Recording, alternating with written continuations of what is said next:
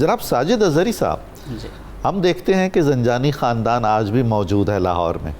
اور اس خاندان کی ایک خاص رغبت ہے روحانی علوم و فنون کی طرف بھی اور دینی علوم و فنون کی طرف بھی، اور کوئی عہد خالی نہیں رہا جس میں اس خاندان اور اس کے متوسلین کا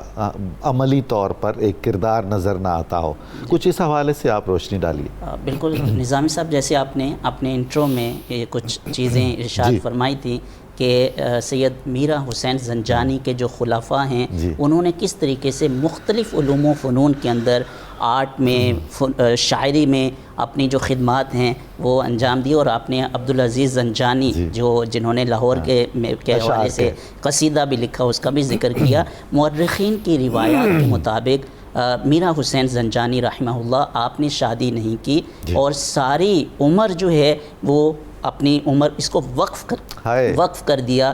دعوت و تبلیغ کے لیے، اور لیکن آپ کے جو خلفاء ہیں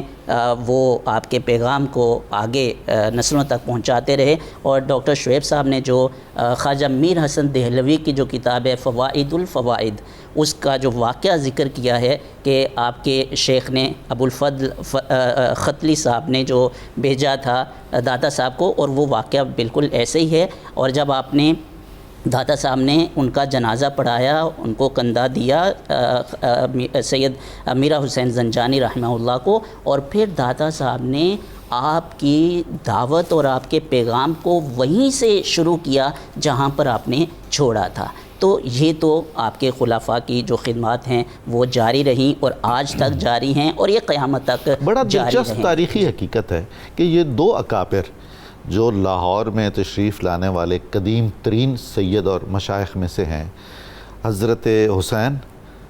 زنجانی رحمۃ اللہ علیہ اور حضرت داتا صاحب رحمۃ اللہ، دونوں کی اولاد ظاہری نہیں ہے مگر فیض جاری ہے۔ سبحان اللہ، اسی طرح سبحان اللہ۔ تو جیسے آپ کہہ رہے تھے کہ کنواں جو ہے وہ دو طرح کا ہوتا ہے، ظاہری اور باطنی، اور اولاد بھی ظاہری بھی ہوتی ہے باطنی بھی ہوتی ہے، روحانی اولاد جو آپ کے پیغام کو آگے تک پہنچاتی ہے۔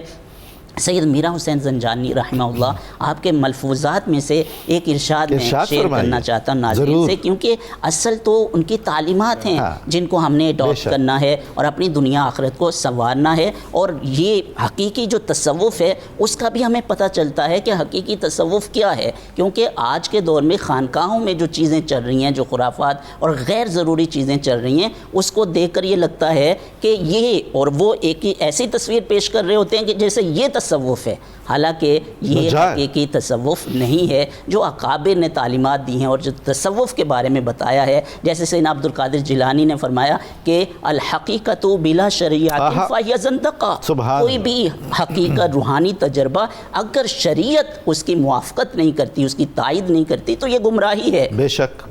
میرا حسین زنجانی رحمہ اللہ زبان کے حوالے سے فرماتے ہیں کہ زبان بیکار باتیں زبان پر اس وقت آتی ہیں جب قوت عمل اور اطاعت کا جذبہ مفقود ہو جائے۔ کمال ہو گئی ہے، سبحان اللہ، سبحان اللہ۔ عشق الہی نظامی صاحب آپ فرما رہے ہیں کہ کبھی بھی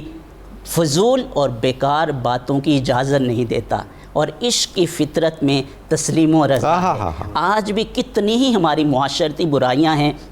جس کی اصل اور جس کی جڑ یہ زبان ہے، اگر اس کو کنٹرول کر لیا جائے تو بہت زیادہ بیماریاں، پرابلمز، ہمارے رشتوں کے اندر جو خرابیاں ہیں ان سے ہم بچ سکتے ہیں اور کر سکتے ہیں۔